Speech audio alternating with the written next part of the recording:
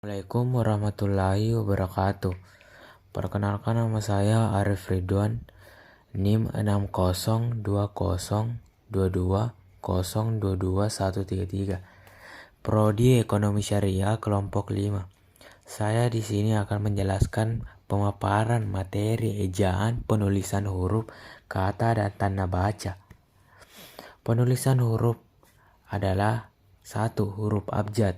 Huruf abjad adalah suatu kumpulan huruf berdasarkan umum atau baku. 2. Huruf vokal.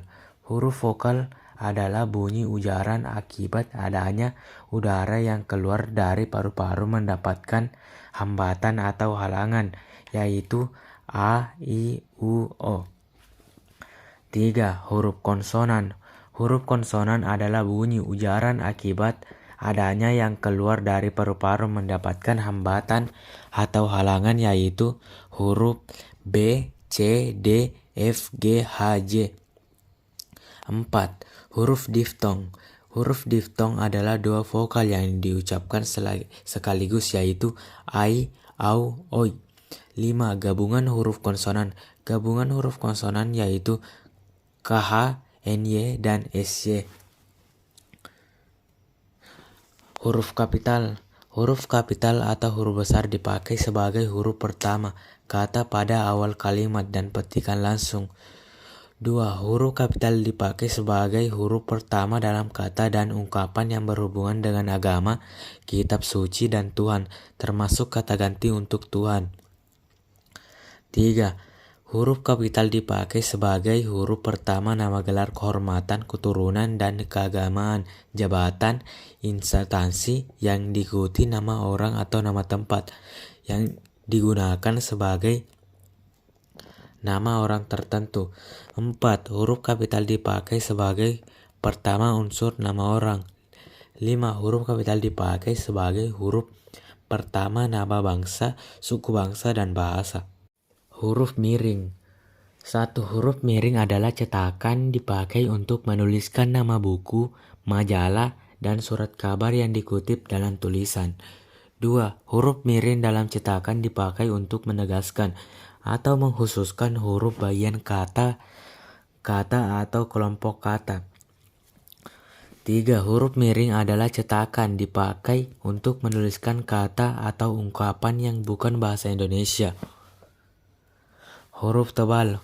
1. Huruf tebal adalah dalam cetakan dipakai untuk menuliskan judul buku, bab, bagian bab, daftar isi, daftar tabel, daftar lambang, daftar pustaka, indeks, dan lampiran.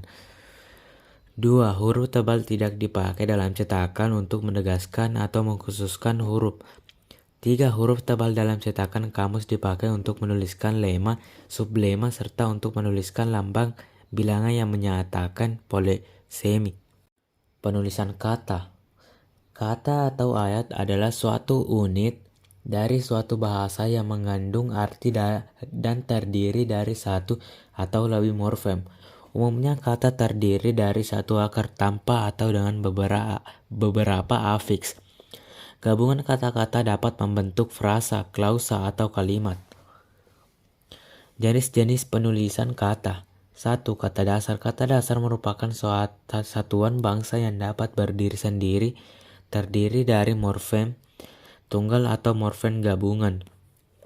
2. Imbuhan. Imbuhan atau awalan, sisipan, akhiran ditulis serangkai dengan bentuk dasarnya.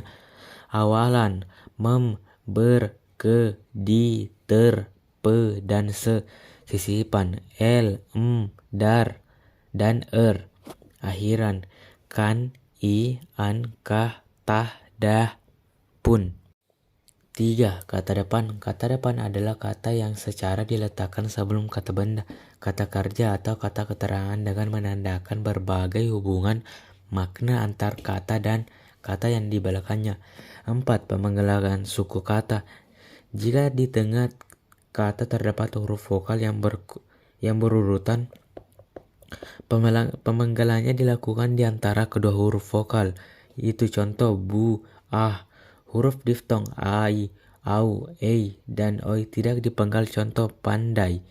Jika di tengah kata dasar terdapat huruf konsonan di antara dua huruf vokal, Pemanggilannya dilakukan sebelum huruf konsonan. Contoh, bapak.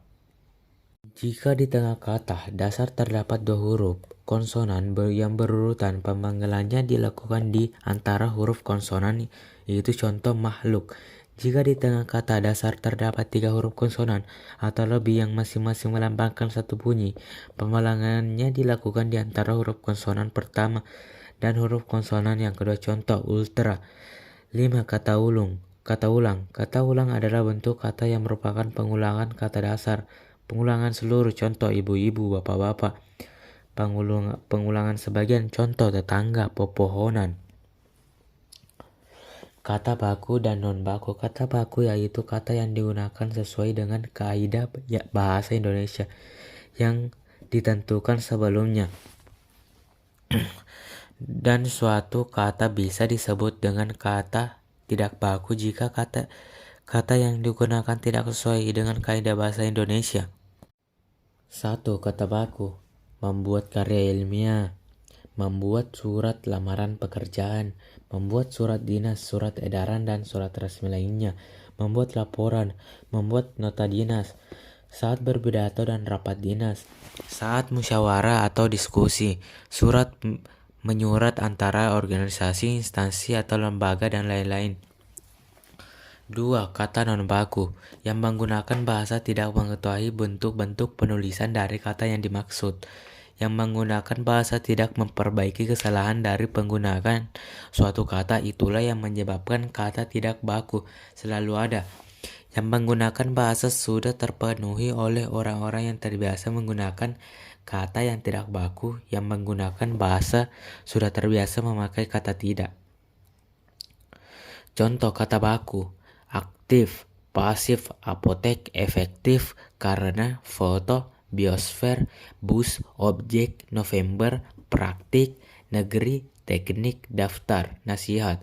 Contoh kata non baku: aktif, pasif, apotik, efektif, karena, foto, biosfer, bis, objek, November, praktek, negeri, teknik, nasihat. Tanda baca. Tanda baca dalam bahasa Indonesia merupakan salah satu kaidah bahasa yang penting. Tanda baca merupakan simbol dalam suatu bacaan atau dapat dipahami dengan mudah oleh pembacanya. Jenis dan fungsi tanda baca. Tanda titik untuk mengakhiri sebuah kalimat yang bukan pertanyaan atau seruan. Diletakkan pada akhir singkatan, gelar, jabatan, pangkat, atau sapaan, pada singkatan kata atau ungkapan yang sudah sangat umum.